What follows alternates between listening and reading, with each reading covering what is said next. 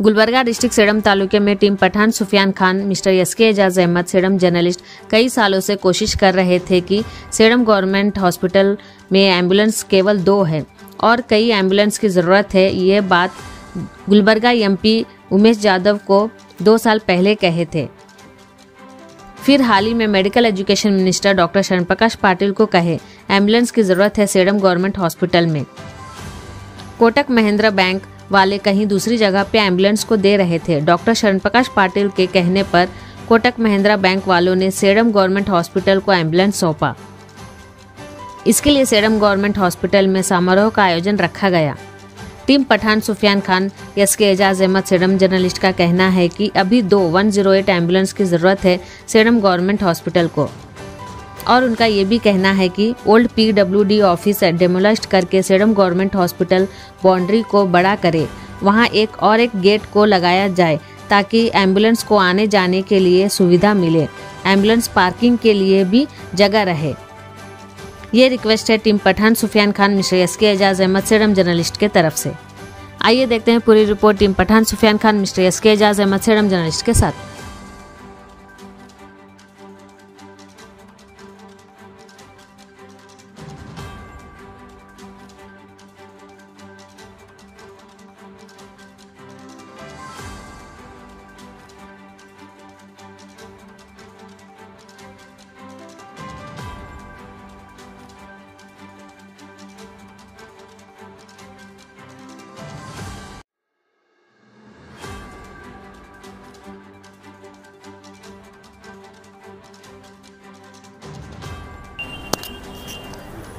ಸೇಡಂ ಸರ್ಕಾರಿ ಆಸ್ಪತ್ರೆಯಲ್ಲಿ ಇವತ್ತು ವಿಶೇಷವಾಗಿ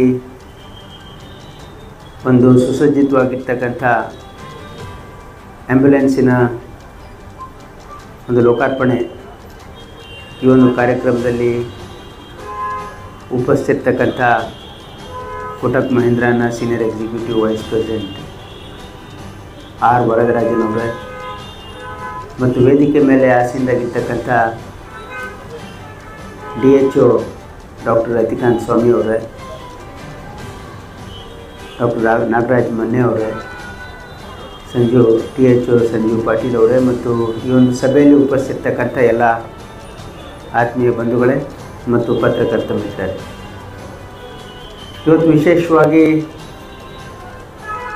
ಇಲ್ಲಿ ನಾನು ಕೋಟಕ್ ಮಹೀಂದ್ರಾ ಬ್ಯಾಂಕಿನ ವತಿಯಿಂದ ಇಲ್ಲಿ ಬಂದು ಈ ಒಂದು ಸುಸಜ್ಜಿತವಾಗಿರ್ತಕ್ಕಂಥ ಆ್ಯಂಬುಲೆನ್ಸ್ ಒಂದು ಕಲಬುರಗಿ ಹೊಸದಾಗಿ ಪ್ರಾರಂಭ ಆಗಲಿರುವ ಟ್ರಾಮಾ ಸೆಂಟರ್ಗೆ ಮತ್ತು ಸೇಡಂ ಆಸ್ಪತ್ರೆಗೆ ಇಲ್ಲೊಂದು ಆ್ಯಂಬುಲೆನ್ಸ್ 2 ಆ್ಯಂಬುಲೆನ್ಸನ್ನು ಕೊಟ್ಟಿದ್ದಾರೆ. ಅವರಿಗೆ ಸರ್ಕಾರದ ವತಿಯಿಂದ ನಾನು ಧನ್ಯವಾದಗಳನ್ನು ಅರ್ಪಿಸ್ತೀನಿ. I'd like to thank on behalf of the Government of Karnataka, Kotak Mahindra for their good gesture of donating 2 ambulances. ಅವ್ರಿಗೆ ಕನ್ನಡ ಅರ್ಥ ಆಗಲ್ಲ, ಅದಕ್ಕೆ ನಾನು ಇಂಗ್ಲೀಷಲ್ಲಿ ಹೇಳ್ತಾ ಇದ್ದೀನಿ. ಇವತ್ತು ವಿಶೇಷವಾಗಿ ನಮ್ಮ ಸೇಡಂ ತಾಲೂಕಿನಲ್ಲಿ ಇದೊಂದು 100 ಹಾಸಿಗೆ ಆಸ್ಪತ್ರೆ. ಇಲ್ಲಿ ಎಲ್ಲ ರೀತಿಯ ಚಿಕಿತ್ಸೆ ಕೊಡೋದಕ್ಕೆ ಸುಸಜ್ಜಿತವಾಗಿರ್ತಕ್ಕಂಥ ಆಸ್ಪತ್ರೆ ಇದೆ. ಇಲ್ಲಿ ಆ್ಯಂಬುಲೆನ್ಸ್ ಒಂದು ಕೊರತೆ ಇತ್ತು ಅಂತ ನನಗೆ ಅನಿಸಿತ್ತು, ಅದಕ್ಕೆ ಹೀಗಾಗಿ ಇಲ್ಲಿ ಒಂದು ಆ್ಯಂಬುಲೆನ್ಸನ್ನು ಕೊಡ್ತಿದ್ದೀವಿ. ಇನ್ನೂ ಇಲ್ಲಿ ಭಾಳಷ್ಟು ಇಂಪ್ರೂವ್ಮೆಂಟ್ ಮಾಡೋ ಅವಶ್ಯಕತೆ ಇದೆ. ಇದಾದಮೇಲೆ ನಾವು ಅದನ್ನು ಚರ್ಚೆನೂ ಮಾಡೋಣ. ಇವತ್ತು ವಿಶೇಷವಾಗಿ ಇವತ್ತು ಸಾಮಾನ್ಯ ಜನರಿಗೆ ಅನುಕೂಲ ಆಗ್ತಕ್ಕಂಥ ಕೆಲಸ ಕಾರ್ಯಗಳು ಸರ್ಕಾರ ಮಾಡೋದ್ರ ಜೊತೆಗೆ ಇಲ್ಲಿ ಯಾರು ಕಂಪನಿಗಳಿವೆ ಇಲ್ಲಿ ಸುತ್ತಮುತ್ತಲಿನಲ್ಲಿ ಮತ್ತು ಬೇರೆ ಬೇರೆ ರಾಜ್ಯದಲ್ಲಿ ಬೇರೆ ಬೇರೆ ಕಡೆ ಕೆಲಸ ಮಾಡ್ತಾ ಇರ್ತಕ್ಕಂಥ ಖಾಸಗಿ ಸಂಸ್ಥೆಗಳು ಕೂಡ ತಮ್ಮ CSR, ಯಾಕಂದರೆ ಹಿಂದೆ ಇದು ದೇಶದಲ್ಲಿ ಒಂದು ಕಾನೂನು ಆಯಿತು. ಹಿಂದೆ ಮನಮೋಹನ್ ಸಿಂಗ್ ಅವರ ಸರ್ಕಾರ ಇದ್ದಾಗ ಒಂದು UPA ಸರ್ಕಾರದಲ್ಲಿ ಒಂದು ಕಾನೂನನ್ನು ಮಾಡಿದರು. ಏನಂತಂದರೆ ಯಾವುದೇ ಒಂದು ಖಾಸಗಿ ಇವತ್ತು ಪ್ರೈವೇಟ್ ಇಂಡಸ್ಟ್ರೀಸ್ ಇರ್ತಾರೆ, ಅವರ ಪ್ರಾಫಿಟ್ನಲ್ಲಿ 2% ಅವರು CSR ಮುಖಾಂತರ, ಅಂದರೆ ಜನರಿಗೆ ಅನುಕೂಲ ಆಗ್ತಕ್ಕಂಥ, ಸಮಾಜಕ್ಕೆ ಒಳ್ಳೆಯದಾಗ್ತಕ್ಕಂಥ ಕೆಲಸಗಳನ್ನು ಡೊನೇಟ್ ಮಾಡಬೇಕು ಅಂತ ಒಂದು ಕಾನೂನಿದೆ. ಆ ಕಾನೂನಿನಡಿಯಲ್ಲಿ ಇಡೀ ದೇಶಾದ್ಯಂತ ಇವತ್ತು ಎಲ್ಲ ಕಾರ್ಪೊರೇಟ್ ಕಂಪ್ನೀಸು ಮತ್ತು ಖಾಸಗಿ ಸಂಸ್ಥೆಗಳು ಯಾರು ಪ್ರಾಫಿಟ್ ಮಾಡ್ತಾಯಿದ್ದಾರೆ ಅವರು 2% ಇವತ್ತು CSR ಫಂಡ್ ಅಂತ ಹೇಳಿ ಅವರು ಎಲ್ಲ ಕಮ್ಯುನಿಟಿ ಸರ್ವಿಸನ್ನು ಮಾಡ್ತಾಯಿದ್ದಾರೆ. ಆ ಒಂದು ಪ್ರಯುಕ್ತನೇ ಇವತ್ತು ಇಲ್ಲಿ ಆ್ಯಂಬುಲೆನ್ಸನ್ನು ಕೊಟ್ಟಿದ್ದಾರೆ. ಈ ಹಿಂದೆನೂ ಕೂಡ ಇಲ್ಲಿ ವಸುದತ್ತ ಕಂಪನಿಯಲ್ಲಿ ಪಬ್ಲಿಕ್ ಹಿಯರಿಂಗ್ ಆದಾಗ ನಾವು ಒಂದು ಕಮಿಟ್ಮೆಂಟ್ ಮಾಡಿಸಿದ್ದೆ ಅವರಿಂದ.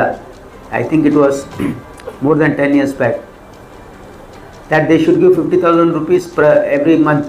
ಕೊಡ್ತಾ ಇದ್ದಾರೆ ಈಗಲೂ, they still giving. I think ಇದು ಬಹುಶಃ 2007ರಲ್ಲಾಗಿತ್ತು, 6ರಲ್ಲಾಗಿತ್ತು.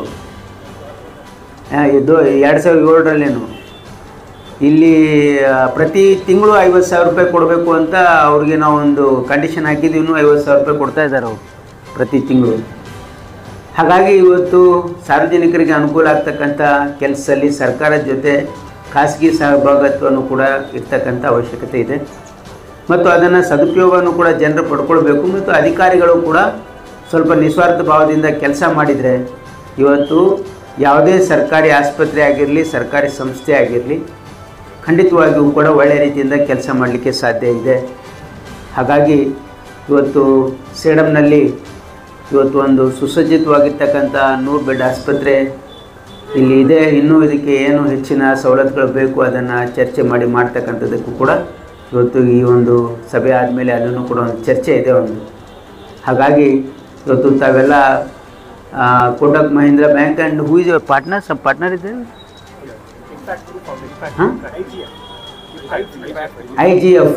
IGF ಅವರು ಕೂಡ ಅವರು ಸಹಭಾಗಿತ್ವದಲ್ಲಿ ಇದೊಂದು CSR ಆ್ಯಕ್ಟಿವಿಟಿಯಲ್ಲಿ 2 ಆ್ಯಂಬುಲೆನ್ಸನ್ನು ಕೊಟ್ಟಿದ್ದಾರೆ. ಅವರಿಗೆ ಧನ್ಯವಾದಗಳು. ಮತ್ತು ಇಲ್ಲಿ ತಾವೆಲ್ಲ ಬಂದು ಇದು ಶಾರ್ಟ್ ನೋಟಿಸಲ್ಲಿನೇ ಈ ಒಂದು ಕಾರ್ಯಕ್ರಮದಲ್ಲಿ ಪಾಲ್ಗೊಂಡಿದ್ದಕ್ಕೆ ತಮ್ಮೆಲ್ಲರಿಗೂ ಕೂಡ ನಾನು ಧನ್ಯವಾದಗಳನ್ನು ಅರ್ಪಿಸ್ತೀನಿ. ಮತ್ತು ವಿಶೇಷವಾಗಿ ಈಗ ಸರ್ಕಾರದ ಸವಲತ್ತುಗಳು, ವಿಶೇಷವಾಗಿ ಇಲ್ಲಿ ನಮ್ಮ ಗ್ಯಾರಂಟಿಗಳು ಕೂಡ ಎಲ್ಲ ಜನರಿಗೆ ತಲುಪ್ತಾ ಇದೆ ಅಂತ ಅಂದ್ಕೊಳ್ತೀವಿ. ಯಾಕಂದರೆ ಈ ಸರ್ಕಾರ ಭಾಳ ವಿಶೇಷವಾಗಿ ನಾವು ಸಾಮಾನ್ಯ ಜನರ ಹಿತದೃಷ್ಟಿಯಿಂದ ಕೆಲವು ಗ್ಯಾರಂಟಿಗಳನ್ನು ಇವತ್ತು ನಾವು ಏನು ಘೋಷಣೆ ಮಾಡಿದ್ದೀವಿ, ಕಾರ್ಯಗತ ಮಾಡಿದ್ದೀವಿ. ಅದಕ್ಕೆ ನಮ್ಮ ಬೊಕ್ಕಸಿನ ಭಾಳ ಸಿಂಹಪಾಲು ಅದಕ್ಕೆ ಹೋಗ್ತಾ ಇದೆ. ಸುಮಾರು ಮುಂದೆ ಈ ವರ್ಷ 58,000 ಕೋಟಿ ಖರ್ಚಾಗ್ಬೋದು ಅನ್ನೋ ಅಂದಾಜಿದೆ. ಅದು ಗೃಹಲಕ್ಷ್ಮಿ ಇರ್ಬೋದು, ಗೃಹ ಜ್ಯೋತಿ ಇರ್ಬೋದು, ಶಕ್ತಿ ಕಾರ್ಯಕ್ರಮ ಇರ್ಬೋದು, ಅಥವಾ ಅನ್ನಭಾಗ್ಯ ಇರ್ಬೋದು, ಅಥವಾ ನಮ್ಮ ಯುವ ನಿಧಿ, ಮೊನ್ನೆ ಯುವ ನಿಧಿನೂ ಕೂಡ ನಾವು ಲಾಂಚ್ ಮಾಡಿದ್ದೀವಿ. ಅದರ ಲಾಭನೂ ಕೂಡ ಎಲ್ಲರೂ ಪಡ್ಕೊಳ್ಬೇಕು ಅಂತ ಹೇಳಿ ತಮ್ಮೆಲ್ಲರಿಗೂ ಒಂದು ಸೆಡ್ ಮಾತು ಮುಗಿಸಿ ನಮಸ್ಕಾರ.